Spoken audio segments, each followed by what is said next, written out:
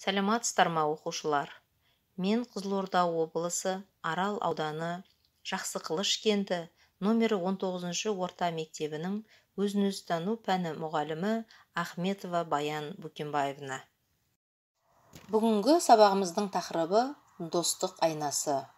Сабағымыздың құндылығы сүйіспеншілік. Сабағымыздың қасиеттері адалдық, шынайылық, жанашырлық. Сабағымыздың мақсаты адам өміріндегі достықтың маңызын сүйіспеншілік құндылығы арқылы түсіндіру. Ал енді балалар, бүгінгі сабағымыздың дәйек сөзімен таныс болайық. Бүгінгі сабағымыздың дәйек сөзі ретінде ұлы Абай аталарының адам баласының бәрі дос атты нақыл сөзі берілген. Олай болса, дәйек сөздің мағынасын қалай түсінесіңдер? Дос сөзінің мағынасына үңіліп көрдіңдер ме? Ал енді балалар, мен сіздерге мұғалім сыйы ретінде жақсылық пен жамандық туралы бейнероликті көруді ұсынамын.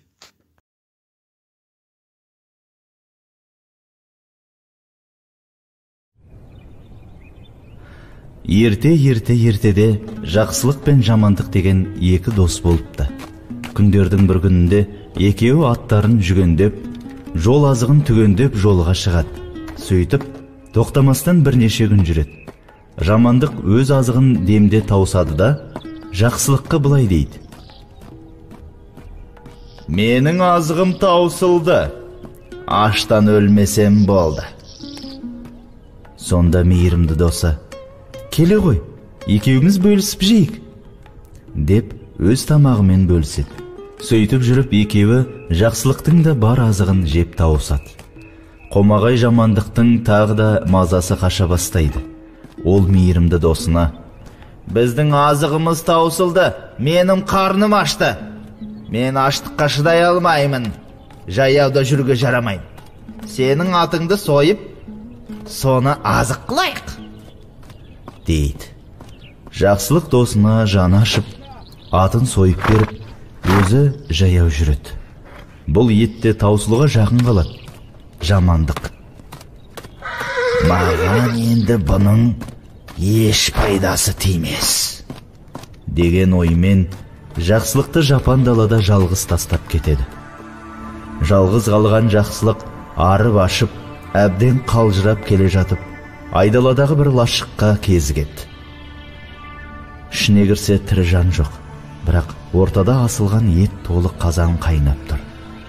Ол бұл не қылған тамақ деп саусағының ұшымен дәмін татып көреді, лашықтың төбесіне шығып жатады. Бір кезде арыстан, түлкі, қасқыр лашыққа кіріп шөу тамаққа отырады. Соң әрбір өзінің көрген білгенін айта бастайды. Бірінші болып түлкі сөйлейді: «Пәлен деген тоғайда алтын көмілген, мен күнде соны қарауылдап жүрмін», депті. Сонда арыстан: «Ал мен болсам, пәлен деген байдың күнде бір жылқысын жеп кетемін. Оның ешбір жүйрік аттар маған жете алмайды. Жететін бірақ тайы бар, бірақ оны ешкім білмейді. Бай мені ұстаған адамға бір үйір жылқы беремін деп жарыса алыпты», депті.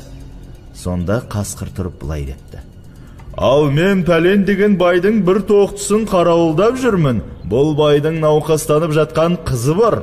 Кімде-кім қызын жазса, бай оған қызымен қоса байлығының жартысын беремін деп уәде етіпті. Ал ол қыз әлгі тоқтының бауырын жесе жазылады», депті. Жақсылық бұлардың әңгімелерін естіп алып, таң атысымен жолға шығып, олардың айтқан нәрселерін айнытпай орындап, байлыққа кенеледі. Жылдар өтіп, айлар өтіп, жақсылыққа киімі өрім-өрім, әбден азған, тозған, ұсқынсыз бір адам келеді. Бұның баяғы өзін жапан далада жалғыз қалдырып кеткен опасыз досы жамандық екенін әрең таниды. Жамандық мүләйімсіп: «Жақсылық жанау, мен саған жамандық қыламын деп осындай халге түстім.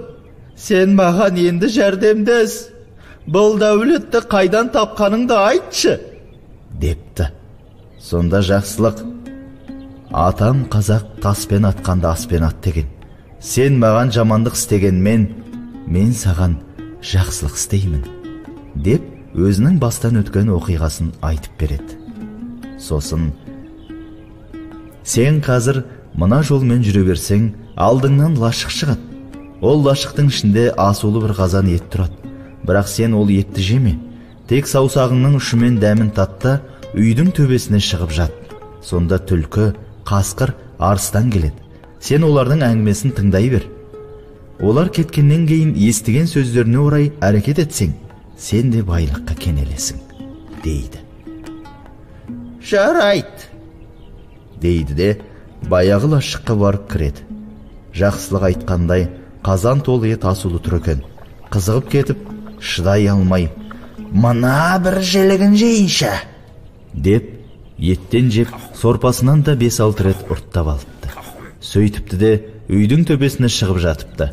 Бір уақытта түлкі, арыстан, қасқыр үшеуі күркеге кіреді.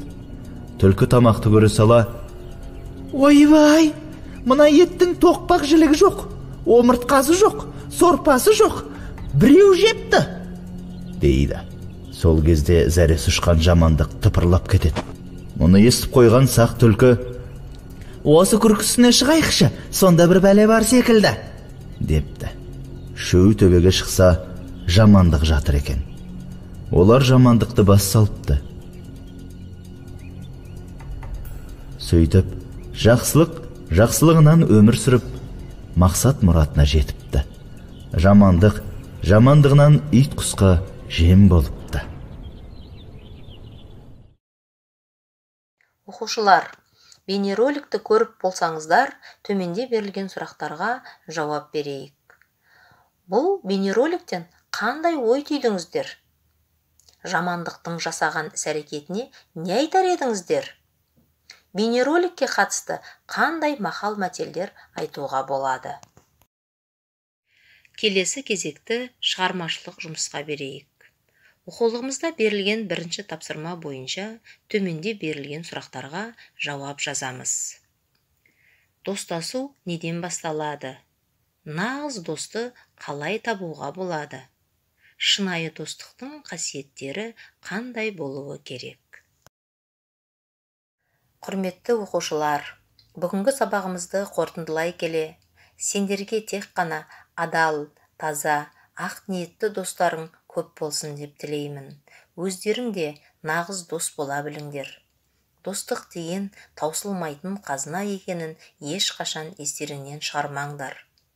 Осымен бүгінгі сабағымызды аяқтаймыз. Келесі кездескенше сау болыңыздар.